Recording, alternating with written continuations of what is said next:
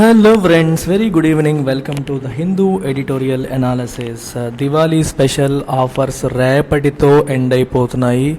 మీరు ఎల్టెక్స్ క్లాసెస్లో కోర్సు తీసుకోవాలి, యూపీఎస్సీ కోర్స్ తీసుకోవాలని భావిస్తే రేపటిలోగా జాయిన్ అయ్యే ప్రయత్నం చేయండి. కేవలం 5,000 రూపాయలు ఈఎంఐ, ఫస్ట్ ఈఎంఐ పే చేసి మీరు జాయిన్ అవ్వచ్చు.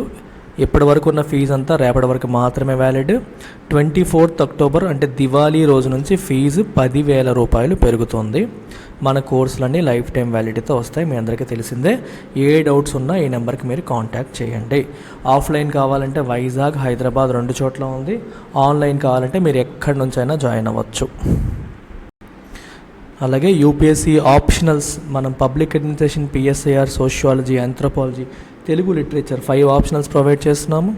ఇది కూడా మీకు 25,000 రూపాయలకి మాత్రమే అందిస్తున్నాము.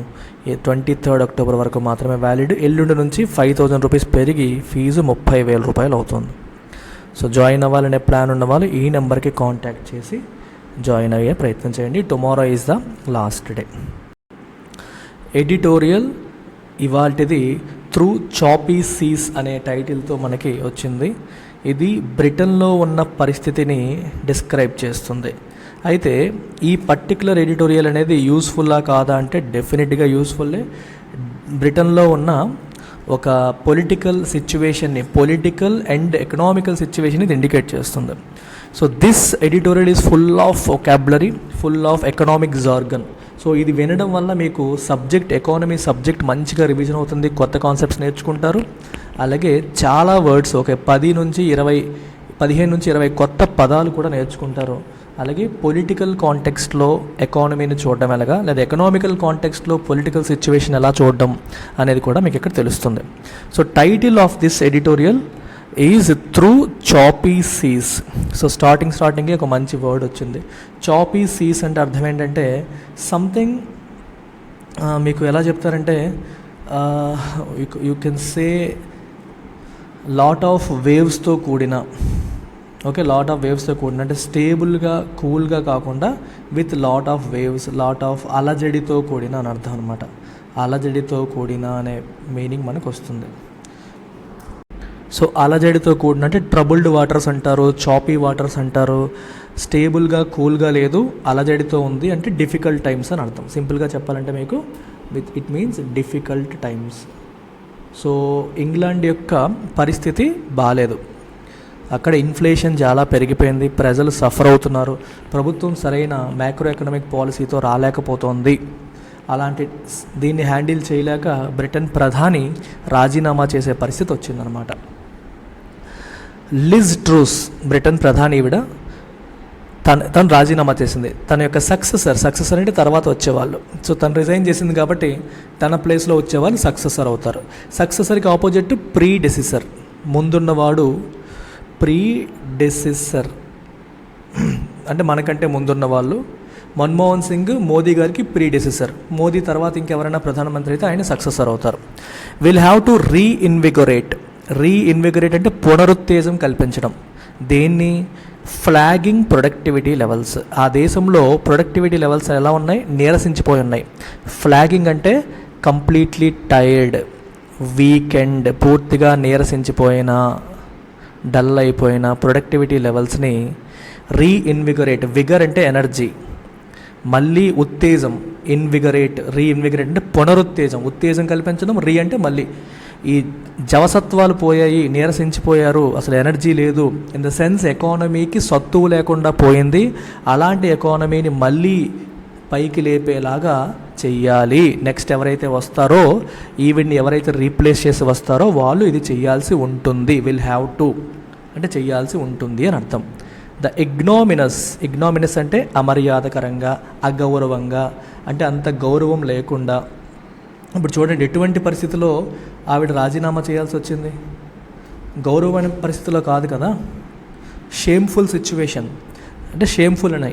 ఇగ్నోమినస్ అంటే shameful resignation of the UK prime minister Liz Truss this week may have supplied a momentary pause to the anxieties faced by the British people over months of government fumbling amidst deteriorating macroeconomic conditions. చూడండి ఎంత పెద్ద సెంటెన్సో, దీన్ని జాగ్రత్తగా sentence line by line మనం అర్థం చేసుకునే ప్రయత్నం చేద్దాం. ఇగ్నోమినస్ రిజిగ్నేషన్ అంటే అర్థం ఏంటంటే డిజర్వింగ్ పబ్లిక్ డిస్గ్రేస్, ప్రజల్లో గౌరవాన్ని కోల్పోయేటట్టుగా, షేమ్ఫుల్గా. అంటే ఒక ప్రధానమంత్రి పదవిని సరిగ్గా అంటే తన పనిని సరిగ్గా చెయ్యలేక రాజీనామా చేసే పరిస్థితి వచ్చిందంటే అది ప్రజలు గొప్పగా ఫీల్ అయ్యేదా, అగౌరవంగా ఫీల్ అయ్యేదా? అంటే ప్రజల దగ్గర నీ గౌరవం పోయినట్టే కదా ఆ లేడీది. ఎస్, ఈ రెసిగ్నేషన్ ఏదైతే ఉందో ఇది మే హ్యావ్ సప్లైడ్ ఏ మొమెంటరీగా ఒక చిన్న పాజ్ వచ్చేలా చేసింది. దేనికి? To the anxieties faced by British people గత కొన్ని నెలలుగా రకరకాల యాంగ్జైటీస్, టెన్షన్స్ ఫీల్ అవుతున్నారు. దానికి చిన్న బ్రేక్, అంటే ఈవిడ పోతున్నారు, ఈవిడ వెళ్తున్నారు, ఇంకెవరో వస్తారు అనేది కొంచెం బ్రేక్. ఎందుకని? Over months of government fumbling అంటే handling something in a clumsy way. నీకు ఒక గాజ్ ఐటమ్ ఇచ్చాము, నువ్వు జాగ్రత్తగా పట్టుకోవాలి, ఇలా అనేసి పడేసావు అనుకో, అప్పుడు ఏమంటాం? ఫంబుల్ చేశాడు. మీకు చూడండి, ఫంబ్లింగ్ క్రికెట్లో వాడతారు. నువ్వు క్రికెట్లో ఆకాశంలోకి ఒక బ్యాట్స్మెన్ కొడతాడు బాల్, ఫీల్డర్ ఏమో పట్టుకోవాలి, నీట్గా మంచిగా దానిపైన దృష్టి పెట్టి చేతులు కింద పెట్టి పట్టేసుకున్నాడు అనుకోండి, మంచిదే. అలా ఎక్కడో కాన్సన్ట్రేషన్ మిస్ అయింది అనుకోండి, అది ఎడం చేతిలో పడి పైకి లేచి కుడి చేతికి వచ్చి మళ్ళీ పడిపోతుంది. హీ ఫంబుల్డ్ ఏ క్యాచ్ అంటారు. అంటే handle something in a clumsy way, సరిగ్గా హ్యాండిల్ చేయలేకపోవడం. గవర్నమెంట్ పాలసీ అనేది సరిగ్గా లేదు, ప్రభుత్వం తన పని తను సరిగ్గా చేయలేకపోయింది అని చెప్పడానికి గవర్నమెంట్ ఫంబ్లింగ్. ఎమిడ్స్ట్ అంటే in the middle of deteriorating అంటే రోజుకి క్షీణిస్తున్న మ్యాక్రో ఎకనామిక్ కండిషన్స్. చూడండి, మ్యాక్రో ఎకనామిక్ అనే పదం చాలా ఇంపార్టెంట్. మీకు కాన్సెప్చువల్గాను వొకాబులరీ పరంగా రెండూ చెప్తాను. So that is the beauty of my editorial కదమ్మా. సబ్జెక్టు నేర్చుకోవాలి, ఇంగ్లీషు నేర్చుకోవాలి. మ్యాక్రో ఎకనామిక్ అంటే అర్థం ఏంటి, మైక్రో ఎకనామిక్ అంటే అర్థం ఏంటి? You need to understand all of them. Micro economic అంటే మీనింగ్ ఏంటి అంటే ఒక ఇండివిజువల్ని మాత్రమే ఇంపాక్ట్ చేసేది, లేదా ఒక ఫర్మ్ని మాత్రమే, ఒక ఆర్గనైజేషన్ లేదా ఒక పర్టికులర్ ఫ్యామిలీని మాత్రమే ఇంపాక్ట్ చేసేవన్నీ micro economic decisions. For example, ఈ నెల సినిమాకి వెళ్దామా వద్దా, ఈ నెల ఒక సైట్ కొందామా లేదా, ఈ జీతంతో ఏం చేద్దాము, ఇవన్నీ కూడా ఒక ఫ్యామిలీ హెడ్ తీసుకునే నిర్ణయాలు. ఇవన్నీ కూడా మైక్రో ఎకనామిక్. నీకు ఒక 20,000 రూపాయలు శాలరీ వచ్చింది, ఈ 20,000 రూపాయలు ఎలా ఖర్చు పెట్టాలి అని తీసుకునే నీ ప్రతి నిర్ణయం కూడా మైక్రో ఎకనామిక్ నిర్ణయమే. అలాగే ఒక కంపెనీ ఉంది, కంపెనీకి 1 crore ప్రాఫిట్ వచ్చింది, ఈ ప్రాఫిట్ని ఎక్కడ ఇన్వెస్ట్ చేయాలని నిర్ణయం తీసుకున్నారు అనుకోండి, అది కూడా మైక్రో ఎకనామికే. బికాజ్ ఈ నిర్ణయం తన ఫర్మ్ని మాత్రమే ఇంపాక్ట్ చేస్తుంది. ఇక్కడ ఇతను తీసుకునే నిర్ణయం తన ఫ్యామిలీని మాత్రమే ఇంపాక్ట్ చేస్తుంది. వేరాజ్ ఇన్ఫ్లేషన్ డేటా ఉంది, ఇన్ఫ్లేషన్ బాగా పెరిగిపోతుంది, it is affecting entire economy. ప్రభుత్వాలు ట్యాక్సులు పెంచాయి లేదా తగ్గించాయి, ట్యాక్స్ కట్ చేసింది, ఎంటైర్ ఎకానమీ. ఇంట్రెస్ట్ రేట్స్ పెరగడం తగ్గడం, affecting entire economy. All these aspects are macro economic things which affect the entire economy. వీటిని మార్చేలాగా, పెంచేలాగా, వీటిని కదిల్చేలాగా ప్రభుత్వాలు తీసుకునే ప్రతి నిర్ణయం కూడా మ్యాక్రో ఎకనామిక్ డెసిషన్ అవుతుంది. ఈ డెసిషన్ తీసుకునే వాళ్ళని ఎకనామిక్ ఏజెంట్స్ అంటారు. You call them economic agent. వీళ్ళు మైక్రో ఏజెంట్స్, గవర్నమెంటు, ఆర్బీఐ ఇలాంటివన్నీ కూడా మ్యాక్రో ఏజెంట్స్. అంటే వీళ్ళు హయ్యర్ లెవెల్లో, వీళ్ళు తీసుకునే నిర్ణయాలు అనేవి మొత్తం దేశం ఎంటైర్ ఎకానమీని ఎఫెక్ట్ చేస్తాయి. అర్థమవుతుందా? మ్యాక్రో ఎకనామిక్ కండిషన్స్ అంటే అర్థం ఏంటి? ఎంటైర్ ఎకానమీని ఇంపాక్ట్ చేసే కండిషన్స్. లైక్ ఇన్ఫ్లేషన్ తీసుకోండి, ఇంట్రెస్ట్ రేట్ తీసుకోండి, మనీ సప్లై తీసుకోండి, ట్యాక్సేషన్ తీసుకోండి, ఇంపోర్ట్ ఎక్స్పోర్ట్స్ తీసుకోండి. మొత్తం ఎకానమీని ఇంపాక్ట్ చేసే అంశాలన్నింటినీ కూడా మనం మ్యాక్రో ఎకనామిక్ కండిషన్స్ అంటాము. ఆ మ్యాక్రో ఎకనామిక్ కండిషన్స్ ఎలా ఉన్నాయి? డిటీరియోరేటింగ్, అంటే మొత్తం ఎకానమీని ఇంపాక్ట్ చేసేలాగా, ఇబ్బంది పెట్టేలాగా ఉన్నాయి. ఇన్ఫ్లేషన్ అనేది విపరీతంగా పెరిగిపోతుంది. సో ఇలాంటి పరిస్థితుల్లో, ఎమిడ్స్ట్ అంటే అలాంటి పరిస్థితుల్లో గవర్నమెంట్ ఫంబ్లింగ్ అంటే గవర్నమెంట్ దాన్ని సరిగ్గా హ్యాండిల్ చేయలేకపోవడం వల్ల కొన్ని నెలలుగా యాంగ్జైటీస్ ఫేస్ చేస్తున్న బ్రిటిష్ పీపుల్కి మేడం యొక్క అమర్యాదకరమైన, అగౌరవమైన రెసిగ్నేషన్ అనేది ఒక మొమెంటరీ పాజ్ ఇచ్చింది, చిన్న బ్రేక్ ఇచ్చింది అని అర్థం. అది కదా. అయితే కానీ it is hardly a panacea to what ails the economy. అయితే ఎకానమీని ఎయిల్ అర్థం ఏంటి? ఇక్కడ బాధ పెడుతున్నా, ఇబ్బంది పెడుతున్నా. అర్థమైందా? ఎయిల్మెంట్ అంటే జబ్బు అని అర్థం, ఎయిల్మెంట్ అంటే వ్యాధి, ఎయిల్ అంటే ట్రబుల్. ఎయిల్ అంటే మీనింగ్ అంటే ట్రబుల్. ఎకానమీని ట్రబుల్ చేస్తున్న వాటికి it is hardly A panacea. Panacea అంటే ఒక మందు. ఇది పెనాషియా అంటే అర్థం ఏంటి? అన్నిటినీ మనకి సంజీవని అంటాం చూడండి, అన్ని రోగాలకి ఒకటే మందు, ఏ రెమెడీ ఫర్ డిఫికల్ట్ సిచ్యువేషన్ అని అర్థం.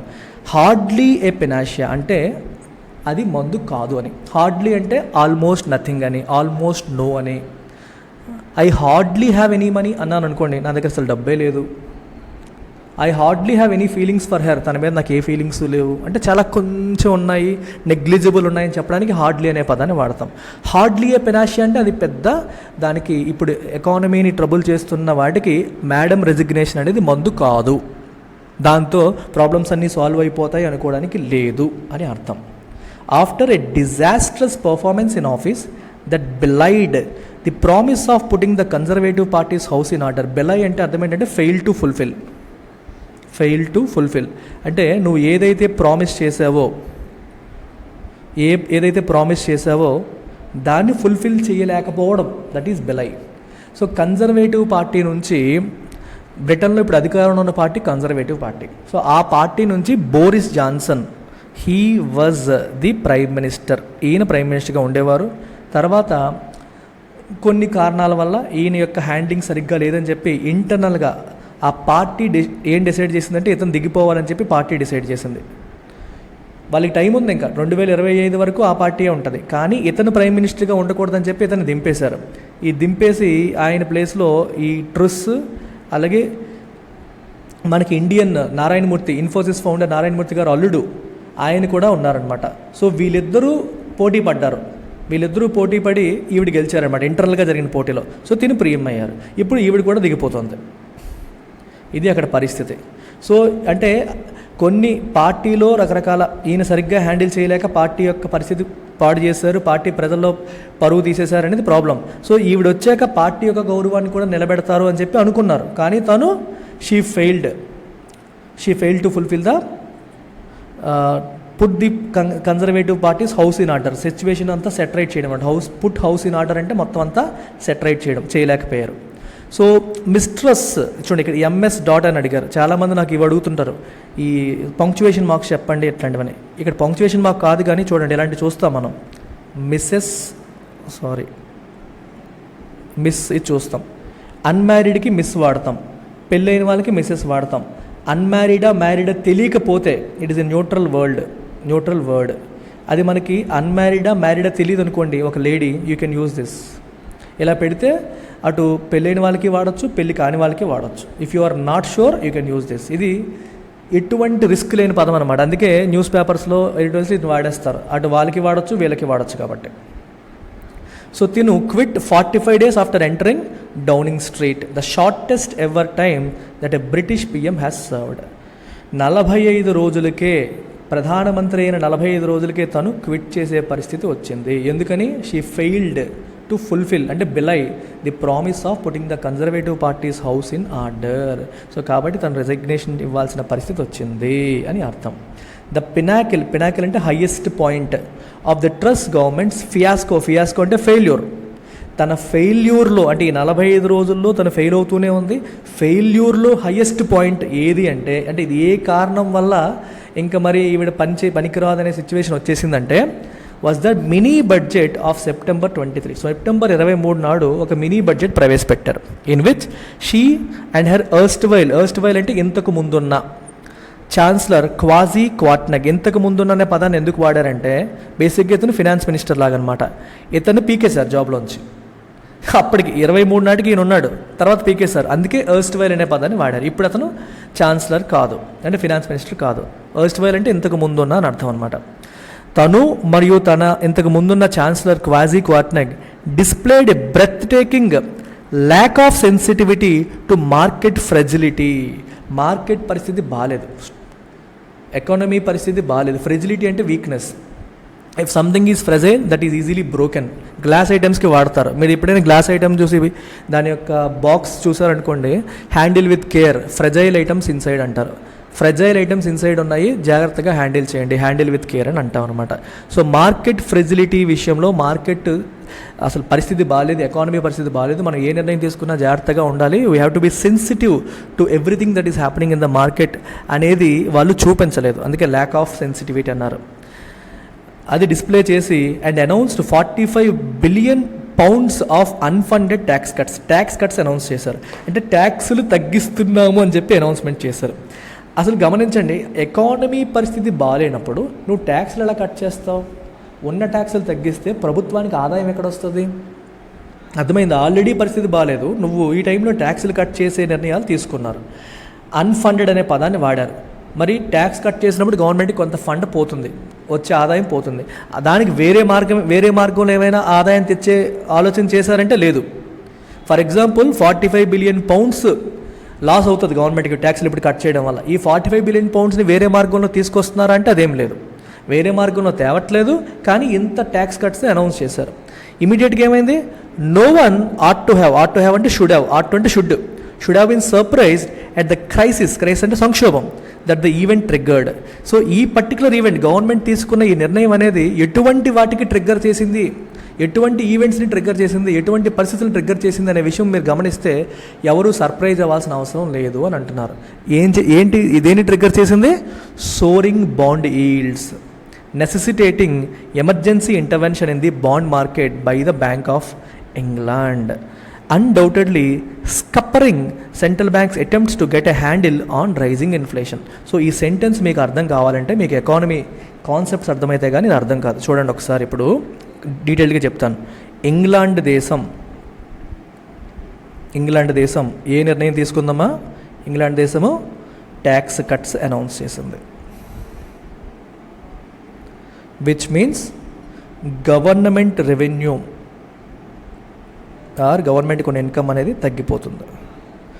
విచ్ మీన్స్ మార్కెట్ ఏం ఎక్స్పెక్ట్ చేస్తుంది? ప్రభుత్వానికి ఇన్కమ్ తగ్గిపోతుంది కాబట్టి market will expect government may borrow. Government ఎక్కువగా బారో చేసుకునే పరిస్థితి వస్తుంది.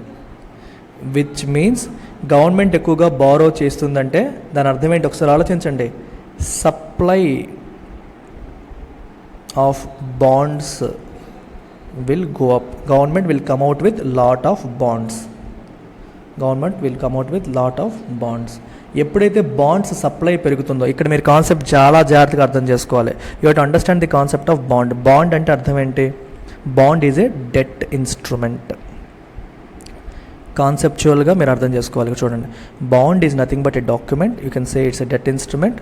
లెట్స్ సే ఇది bank government UK government bond issue చేసింది అనుకోండి.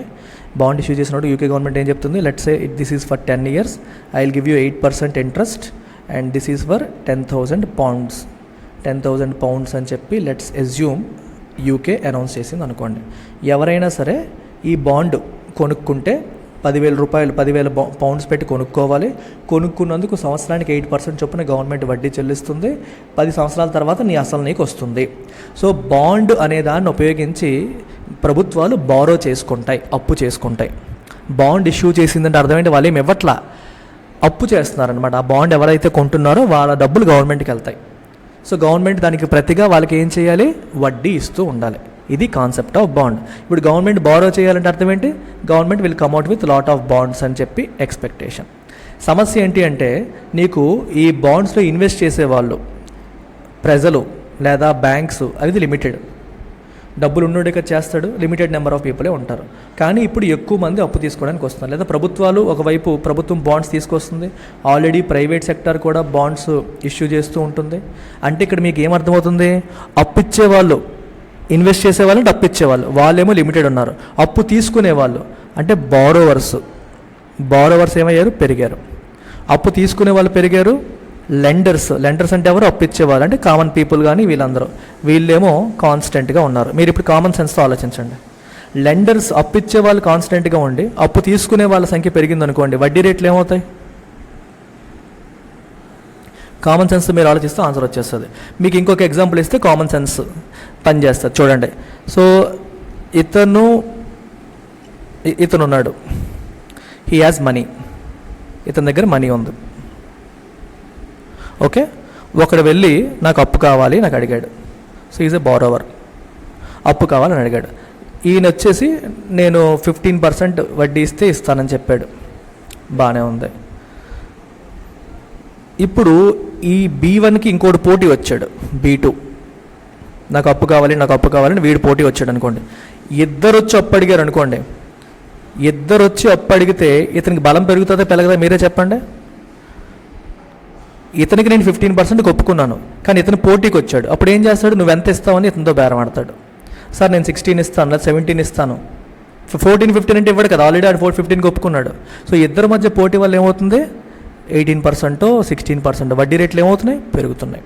ఇచ్చేవాడు ఒకడే ఉన్నాడు, తీసుకునే వాళ్ళు పెరిగారు.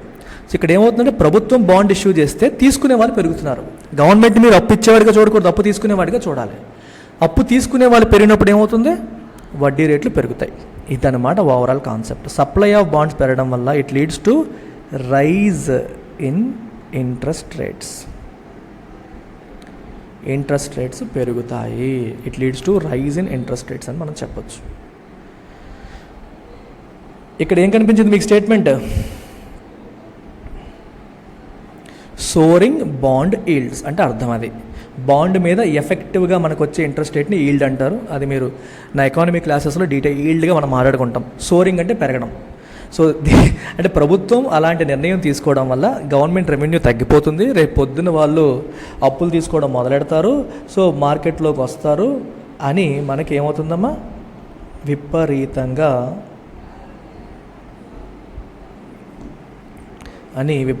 మనకి బాండ్ ఈల్డ్స్ అనేవి పెరిగిపోయే పరిస్థితి వస్తుందన్నమాట. సో బాండ్ ఈల్డ్స్ ఎప్పుడైతే పెరిగిపోయాయో, వడ్డీ రేట్లు ఎప్పుడైతే పెరిగిపోయాయో, మరీ ఎంత పెరిగిపోతే కష్టం అని చెప్పి బ్యాంక్ ఆఫ్ ఇంగ్లాండ్, అంటే మనకి రిజర్వ్ బ్యాంక్ లాగా అక్కడ బ్యాంక్ ఆఫ్ ఇంగ్లాండ్లో ఇంటర్వ్యూన్ అవ్వాల్సి వచ్చింది. ఇంటర్వ్యూన్ అవ్వడం అంటే మధ్యలో ఇంటర్ఫియర్ అవ్వడం. ఎందులో, బాండ్ మార్కెట్లో బ్యాంక్ ఆఫ్ ఇంగ్లాండ్ ఇంటర్వ్యూన్ అయ్యి వాటిని కంట్రోల్ చేయాల్సిన అవసరం వచ్చింది. సో ఇంటర్వ్యూన్ అవ్వడం అంటే అర్థం ఏంటి, బ్యాంక్ ఆఫ్ ఇంగ్లాండ్ వెళ్ళి బాండ్స్ కొంటుందన్నమాట. ఇప్పుడు చూడండి, లెండర్ అంటే కొనేవాళ్ళు తక్కువ ఉన్నారు, అమ్మేవాళ్ళు ఎక్కువైపోతున్నారు. సో బ్యాంక్ ఆఫ్ ఇంగ్లాండ్ కొనేవాళ్ళ వైపు వచ్చిందనుకోండి, బ్యాలెన్స్ అవుట్ అయ్యి ఈల్డ్ తగ్గుతుంది. ఇదంతా చాలా డీప్ కాన్సెప్ట్, మీకు చాలా సింపుల్గా చెప్పాను. I hope you got it. So bank of England కూడా ఇప్పుడు అప్పిచ్చే వాళ్ళ జాబితాలోకి వచ్చిందనుకోండి, అంటే బాండ్లో ఇన్వెస్ట్ చేసే వాళ్ళ జాబితాలోకి వచ్చిందనుకోండి, బాండ్స్కి మళ్ళీ డిమాండ్ పెరుగుతుంది. డిమాండ్ పెరిగేసరికి ఇంట్రెస్ట్ రేట్ తగ్గుతుంది. అలా సీన్లోకి ఎంటర్ అయింది. కాకపోతే ఈ ప్రాసెస్లో తన దగ్గర ఉన్న డబ్బులు అవగొట్టేసుకుంటుంది బ్యాంక్ ఆఫ్ ఇంగ్లాండ్. దీనివల్ల ఏమవుతుంది, undoubtedly scuppering the central banks attempts to get a handle on rising inflation. ఇన్ఫ్లేషన్ని కంట్రోల్ చేయడానికి ఇంకొన్ని యాక్షన్స్ తీసుకోవాలి. ఇప్పుడు చేతిలో ఉన్న బలమంతా కూడా బాండ్ ఈల్డ్స్ తగ్గించడానికి చేసే ప్రయత్నం చేయడం వల్ల వడ్డీ రేట్ చూడండి. ఇక్కడ ఇంకో విషయాన్ని మీరు గమనించాలి, వడ్డీ రేట్లకి ఇన్ఫ్లేషన్కి లింక్ ఉంది. ఎన్ని లింకులు చూడండి. ఇంట్రెస్ట్ రేట్స్కి ఇన్ఫ్లేషన్కి ఉన్న లింక్ చూడండి. ఇన్ఫ్లేషన్ని కంట్రోల్ చేయాలంటే వడ్డీ రేట్లు పెంచాలి. కానీ వడ్డీ రేట్లు మరీ పెరిగిపోయాయి అనుకోండి, అది కూడా రిస్కే. ప్రభుత్వానికి బారోయింగ్ కాస్ట్ పెరిగిపోతుంది. వడ్డీ రేట్లు పెరిగిపోతే ప్రభుత్వం అప్పు తీసుకుంది అనుకోండి, బారోయింగ్ కాస్ట్ బాగా పెరిగిపోతుంది.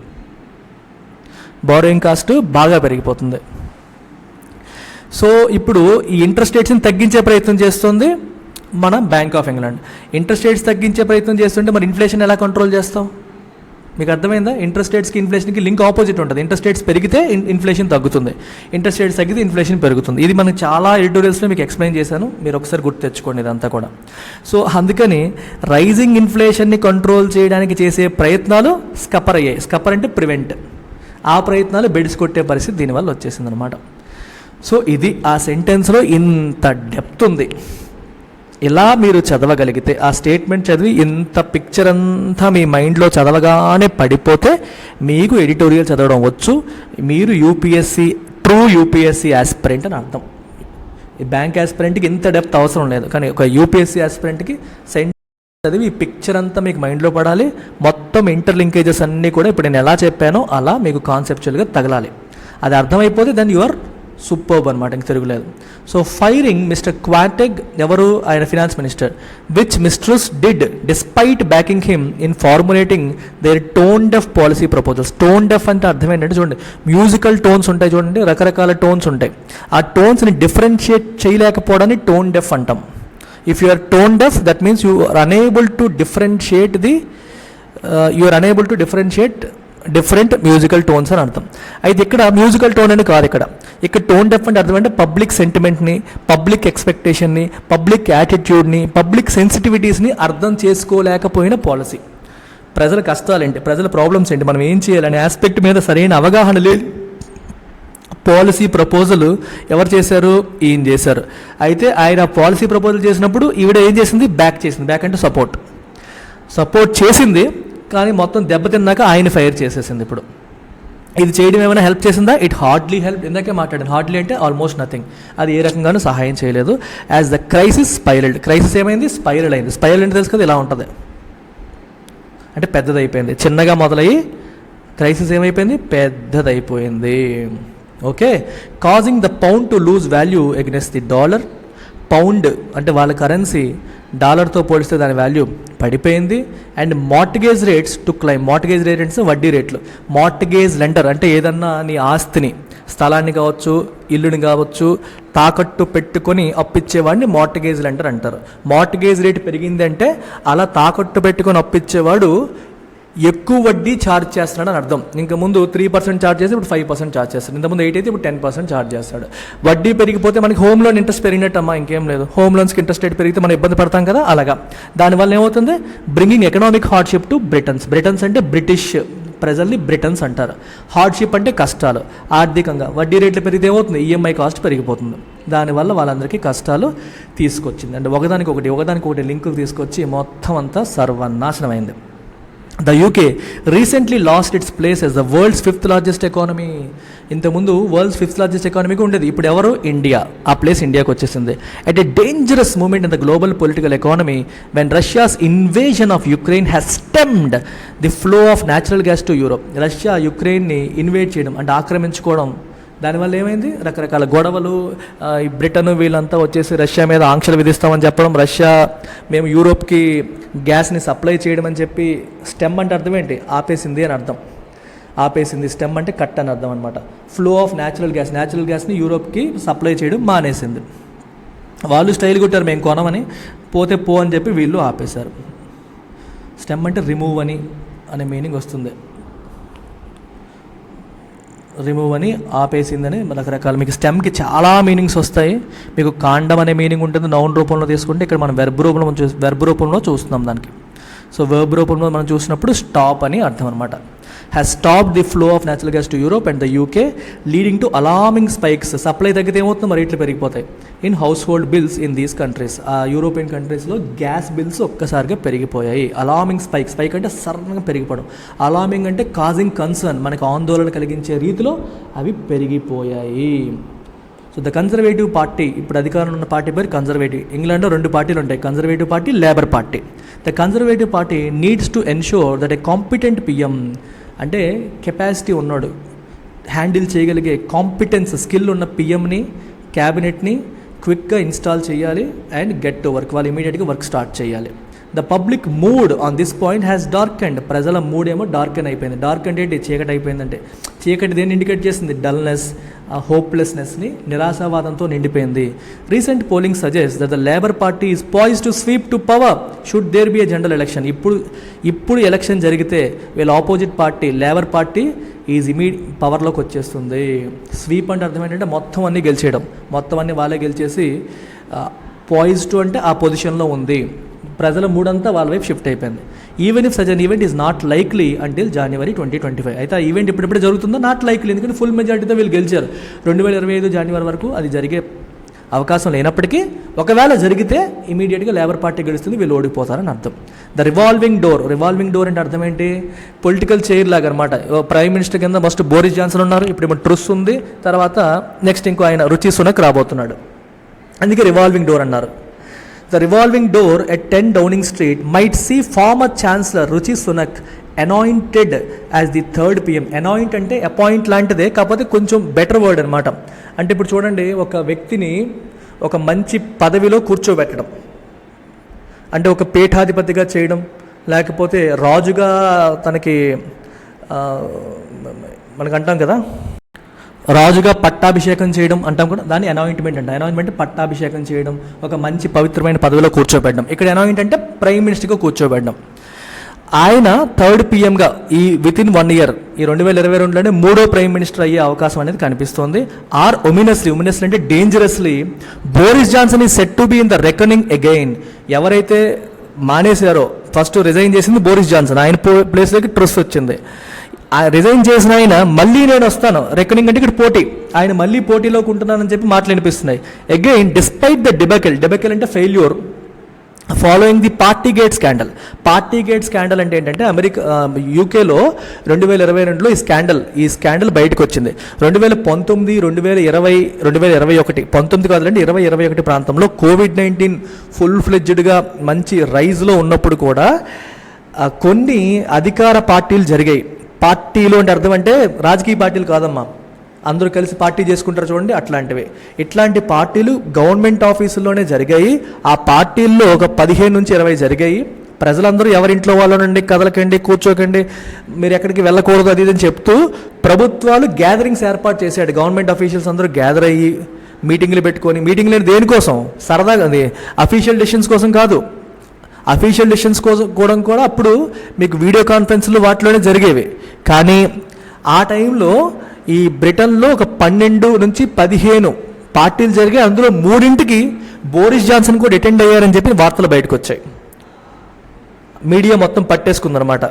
అందుకని అదేంటది, కోవిడ్-19ని అరికట్టాల్సిన టైంలో ఒక ప్రైమ్ మినిస్టర్ పదవిలో ఉన్న వ్యక్తి ఇలాంటి తప్పులు చేస్తాడా అనే విషయం బయటపడి ఇంకా ఆయన గౌరవం చాలా వరకు పడిపోయి తర్వాత ఎకానమీని కూడా సరిగ్గా హ్యాండిల్ చేయలేకపోతున్నారని చెప్పి ఆయన బయట తీసేయాల్సి వచ్చిందనమాట. The immediate task at hand for whoever is the head of the government will be to set right damaged ties with Europe so that the trade links are restored. ఎవరు వచ్చినా సరే వాళ్ళకి ఇమీడియట్ టాస్క్ ఏంటి అంటే, ఇప్పుడు యూరోప్తో వాళ్ళకున్న టైస్ అంటే సంబంధాలు అవి డ్యామేజ్ అయిపోయాయి, వాటిని సరిచేయాలి. So that trade links are restored. Trade links అంటే అర్థమైందా, యూరోపియన్ కంట్రీస్తో వీళ్ళకున్న ట్రేడ్ అంటే ఎక్స్పోర్ట్స్ ఇంపోర్ట్స్ అవన్నీ మళ్ళీ రెస్టోర్ అయ్యే పరిస్థితి తెచ్చుకోవాలి. And supply side bottlenecks can be resolved. Supply side bottleneck అంటే అడ్డంకి. ఒక బాటిల్కి నెక్ ఉంటుంది చూడండి, బాటిల్ ఎప్పుడు ఇలా ఉంటుంది, నెక్ ఏమో ఇలా ఉంటుంది. నెక్ ఏంటి, సన్నగా ఉంటుంది కదా, ఇక్కడంతా విశాలంగా ఉంటే ఇక్కడ సన్నగా ఉంటుంది, అంటే కైండ్ ఆఫ్ అడ్డంకి లాంటిది అనమాట. మీకు అలా అర్థం చేసుకోవాలి. అంటే సప్లై సైడ్ బాటిల్ నెక్ అంటే ఎలా చెప్పాలి మీకు, ఫర్ ఎగ్జాంపుల్ నువ్వు చైనా నుంచి ఏదన్నా ఇంపోర్ట్ చేయాలనుకుంటున్నావు, కానీ చైనా ఏమో జీరో కోవిడ్ పాలసీ వల్ల అక్కడేమో ఎక్స్పోర్ట్స్ కానివ్వకుండా ఆపేసింది. It is a bottleneck. అలాగే నీకు ట్రాన్స్పోర్టేషన్ అందుబాటులో లేదు, again A bottle neck.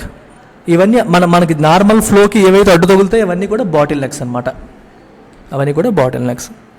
Supply side bottlenecks can be resolved and to rework immigration policies so as to reinvigorate the flagging productivity levels. Flagging అంటే నీరసించిపోతున్న productivity చాలా తక్కువ ఉంది, industries అన్నీ ఫుల్ ఫ్లెడ్జ్డ్గా పనిచేయలేకపోతున్నాయి, వాటన్నిటిని మళ్ళీ పునరుత్తేజం కలిగించేలాగా ఇమ్మిగ్రేషన్ పాలసీస్ని కూడా రీవర్క్ చేయి. ఇమ్మిగ్రేషన్ అంటే వివిధ దేశాలకు వెళ్ళి పనిచేసుకోవడం, ఒకటి ఇంకో దేశానికి వెళ్ళి వాడు ఇంకో దేశానికి వెళ్ళి పనిచేసుకునే వీటన్నిటికి సంబంధించిందని ఇమ్మిగ్రేషన్ అంటాం. Okay, the policy of someone working in another country. వాటిని రీవర్క్ చేయాలంటే బయట వాళ్ళు యూకేకి వచ్చి పనిచేసేలాగా చేయాలి, అట్రాక్ట్ చేయాలి మంచి వాళ్ళని. ఇఫ్ ది టోరీస్ అంటే కన్జర్వేటివ్ పార్టీని టోరీస్ అంటారు. Turnout not to be the party capable of the nimble intuitive policy making. ప్రస్తుతానికి ఎటువంటి పాలసీ మేకింగ్ కావాలి, నింబుల్ అంటే మారుతున్న పరిస్థితులు తగ్గట్టు ఇమీడియట్గా నువ్వు చేంజ్ చేయగలిగేలాగా, ఫ్లెక్సిబుల్గా, సాఫ్ట్గా, ఫ్లెక్సిబుల్గా, ఎప్పటికప్పుడు సిచ్యువేషన్ మారిపోతుంది దాన్ని అర్థం చేసుకొని అండర్స్టాండ్ చేసుకొని ముందుకు తీసుకెళ్ళగలిగే పాలసీని నింబుల్ పాలసీ అంటారు. అటువంటి పాలసీ చేయగలిగే పార్టీ అయితే మంచిదే. But if they turn out not to be, అలాంటి పార్టీ వీళ్ళు కాదు అని తేలింది అనుకోండి, required to dig the UK economy out of this morass అంటే very bad situation, muddy situation, అంటే కంప్లీట్గా ఒక బురదలాగా ఒక కష్టాల కడల్లో పడిపోయింది యూకే. దాని నుంచి బయటికి తీసుకొచ్చే క్యాపబిలిటీ ఉన్న పార్టీ లాగా తను క్యాపబిలిటీని ప్రూవ్ చేసుకోలేకపోతే ఏమవుతుంది, మొరాస్ అంటే ఏంటమ్మా, కాంప్లికేటెడ్ సిచ్యువేషన్, మడ్డీ సిచ్యువేషన్ అని అర్థం. దీని నుంచి బయటికి తీసుకురాలేకపోతే పర్హాప్స్ బహుశా British voters will decide to bring in their political opposition అంటే Labour Party to get the job done. ఈ పని చేయడానికి వాళ్ళని తీసుకొస్తారేమో. పర్హాప్స్ అంటే బహుశా. ఎంత వొకాబులరీ ఉంది, ఎంత సబ్జెక్ట్ నాలెడ్జ్ కావాలి. I hope I have made it easy for you. మీకు ఏమనిపించింది అనేది కామెంట్ సెక్షన్లో పెట్టండి. అమ్మా ఇలాంటి వాటికి చెప్పడానికి ఎంతో నేను చదవాలి, ఎఫర్ట్ పెట్టాలి. సో మీకు నచ్చితే మాత్రం లైక్ చేయండి, సబ్స్క్రైబ్ చేసుకోండి, నలుగురికి మోర్ దాన్ దట్ షేర్ చేయండి. ఇన్స్టిట్యూట్కి ఏదో హెల్ప్ అవుతుందనో మా కోసం అని కాదు, మీకోసం చాలామందికి హెల్ప్ అవుతుంది. చాలామంది స్టూడెంట్స్ ఇంగ్లీష్లో పట్టు లేక, ఇంగ్లీష్ మీడియం చదువుకున్న స్టూడెంట్స్ కూడా ఇంగ్లీష్ పైన సరైన గ్రిప్ లేక ఇలాంటి ఆర్టికల్స్ని చదువుకోలేక ఇబ్బంది పడుతూ ఉన్నారు. బ్యాంక్ ఎగ్జామ్ ప్రిపేర్ అయ్యే వాళ్ళు, ఎస్ఎస్సి వాళ్ళు, especially UPSC aspirants, they need to read editorial daily. Unfortunately ఇంత స్ట్రాంగ్ వొకాబులరీని, కాన్సెప్చువల్ అండర్స్టాండింగ్ని అర్థం చేసుకోలేక ఇబ్బంది పడుతున్నారు. వాళ్ళ కోసం గత 2.5 సంవత్సరాలుగా నేను చేస్తున్నాను. Please make sure you share it with your friends. వాళ్ళకి చాలా చాలా హెల్ప్ అవుతుంది. ప్రిపేర్ అవుతున్న ప్రతి ఒక్కరికి హెల్ప్ అవుతుంది. అండ్ సబ్స్క్రైబ్ చేసుకోండి, ఆ బెల్ బటన్ ఏదో ఉంటుంది అది నొక్కండి. ఇవి నేను ఎప్పుడు చెప్పను, చెప్తున్నాను మీ అందరి మంచి కోసం. అలాగే నా క్లాసెస్, నా స్టైల్ ఆఫ్ టీచింగ్ మీకు నచ్చినట్లయితే, ఇంగ్లీష్ అనేది మీకు సమస్య అయితే, మీరు యూపీఎస్సీ యాస్పిరెంటా, గ్రూప్స్ యాస్పిరెంటా, బ్యాంక్ యాస్పిరెంటా, ఎస్ఎస్సి యాస్పిరెంటా, సంబంధం లేదమ్మా. English is English for me. From the basic level to the most advanced level, my standard is cat GRE. ఈ స్టాండర్డ్లో నేను ఇంగ్లీష్ చెప్పగలను. Because I cracked cat. 99% వచ్చింది నాకు CAT. That is the highest level in India. అయితే out of policy I'm focusing more on government jobs. Government jobs పైన focus చేస్తే వచ్చేవాళ్ళు జీవితాలు సెట్ అయిపోతాయి అన్న ఒకే ఒక ఆస్పెక్ట్ దీనిపైన ఫోకస్ చేస్తున్నాను. నా బిజీ టైట్ షెడ్యూల్లోంచి ఇంగ్లీష్కి కొంత టైం కేటాయించి ఇంగ్లీష్ ఇన్ఫినిటీ క్లాసెస్ లైవ్లో మళ్ళీ లాంచ్ చేస్తున్నాను. So I hope you make use of this time and ఇంగ్లీష్ని మాస్టర్ చేసి స్కోర్ తెచ్చుకొని మీరు ఎస్బీఐ కావచ్చు, ఐబీపీఎస్ కావచ్చు, ఏ ఎగ్జామ్ అయితే ఉందో, ఏ లెవెల్లో కావాలంటే ఆ లెవెల్లో నేర్చుకొని దీన్ని ఒక స్కోరింగ్ సెక్షన్గా మార్చుకొని మీరు సక్సెస్ సాధించాలని కోరుకుంటున్నాను. So make use of this. కేవలం 3,000 రూపాయలకే. నేను క్యాట్ GREకి పెడితే 10,000 పెట్టొచ్చు, కానీ బ్యాంక్ సెగ్మెంట్లో ఉన్న వాళ్ళకి హెల్ప్ చేద్దామని చెప్పి మీరంత ఫీజు పే చెయ్యరు కాబట్టే 3,000 పెట్టి నేను చేస్తున్నాను. 10,000 పెట్టినా క్యాట్ సెగ్మెంట్లో వస్తారు. బట్ నేను ఈ సెగ్మెంట్కి హెల్ప్ చేయాలన్న సెన్స్తో we're doing this. Make use of this. Take care. Bye.